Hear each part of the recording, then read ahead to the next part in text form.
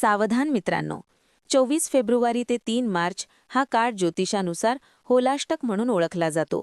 या दिवसांत वातावरण अस्थिर असल्याचे मानले जाते. त्यामुळे काही साध्या गोष्टींची काळजी घेणे योग्य ठरते. म्हणून हा व्हिडिओ सेव्ह करून ठेवा, जेणेकरून पुढील उपाय लक्षात राहतील. दररोज बाहेर पडताना आपल्याजवळ एक छोटासा कापूर ठेवा आणि रात्री झोपण्यापूर्वी तो कापूर जाळा. परंपरेनुसार यामुळे वातावरण शुद्ध राहते आणि मन शांत होते. तसेच रोज सकाळी घरात थोडे गंगाजल शिंपडावे आणि मनात शांतपणे ओम नमो भगवते वासुदेवाय या मंत्राचा जप करावा. या जपामुळे घरात सकारात्मकता वाढते असे मानले जाते. होलाष्टक काळात मोठी शुभकार्य पुढे ढकलणे योग्य मानले जाते, जसे की लग्न, साखरपुडा, मुंडन किंवा नवीन घर आणि ऑफिसची सुरुवात.